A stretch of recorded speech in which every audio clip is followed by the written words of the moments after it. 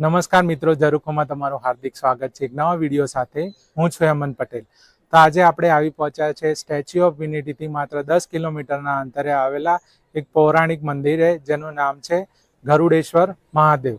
આ મંદિર ગરુડેશ્વરમાં આવેલું છે અને આ મંદિરનો ઇતિહાસ તમને પુરાણોમાં પણ મળે છે. શ્રાવણ મહિનામાં આ મંદિરના દર્શન કરવાનો એક અલગ જ મહિમા છે અને ઘણા બધા શ્રદ્ધાળુઓ શ્રાવણ મહિનામાં આ મંદિરના દર્શને આવી પહોંચે છે. મારી પાછળ દેખાતું આ મંદિર એ મેઇન મંદિર છે અને તેની તદ્દન બાજુમાં અહીંયા રણછોડરાયજીનું મંદિર છે. પહેલાં તો હું મંદિરના તમને દર્શન કરાવો અને પછી અહીંયાનો ઇતિહાસ જણાવું, જે અત્યંત રસપ્રદ છે. તો ચલો મંદિરના દર્શન કરાવો તમને.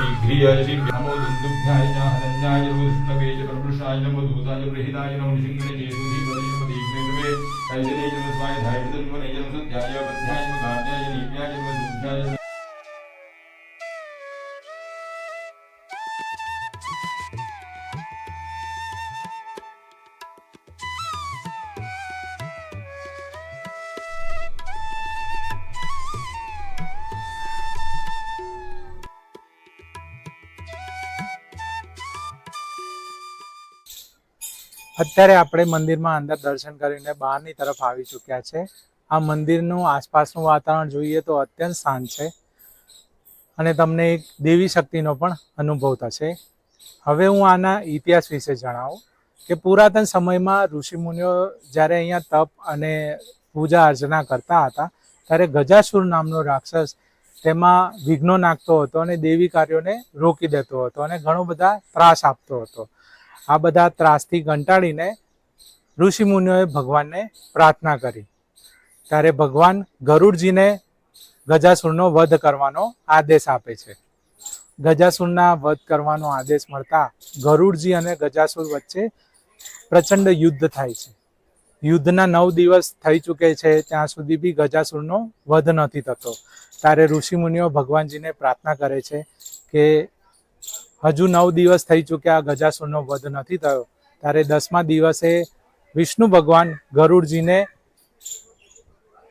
એક શક્તિ પાઠવે છે અને તેના કારણે ગરુડજી અત્યંત રૌદ્ર સ્વરૂપ ધારણ કરે છે અને ગજાસુરનો વધ કરે છે. વધ કર્યા પછી બી ગરુડજીનો ગુસ્સો શાંત નથી થતો અને તે તેમનું શરીરના ટુકડા કરીને આમ તેમ ફેંકી દે છે.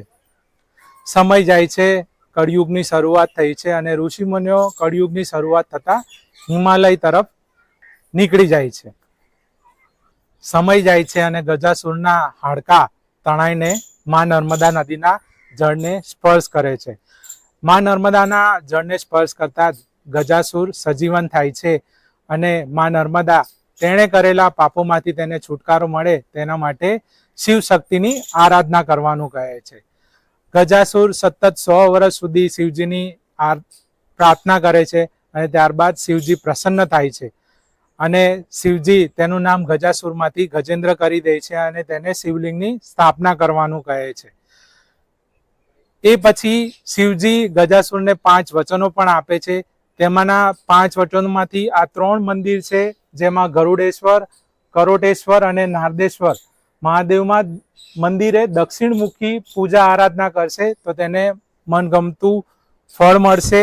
તેના બાદ શુક્લ પક્ષની 8મ અને કૃષ્ણ પક્ષની 8મે જે કોઈ ઉપવાસ અને જાગરણ કરશે તો પણ તેને મનગમતું ફળ મળશે.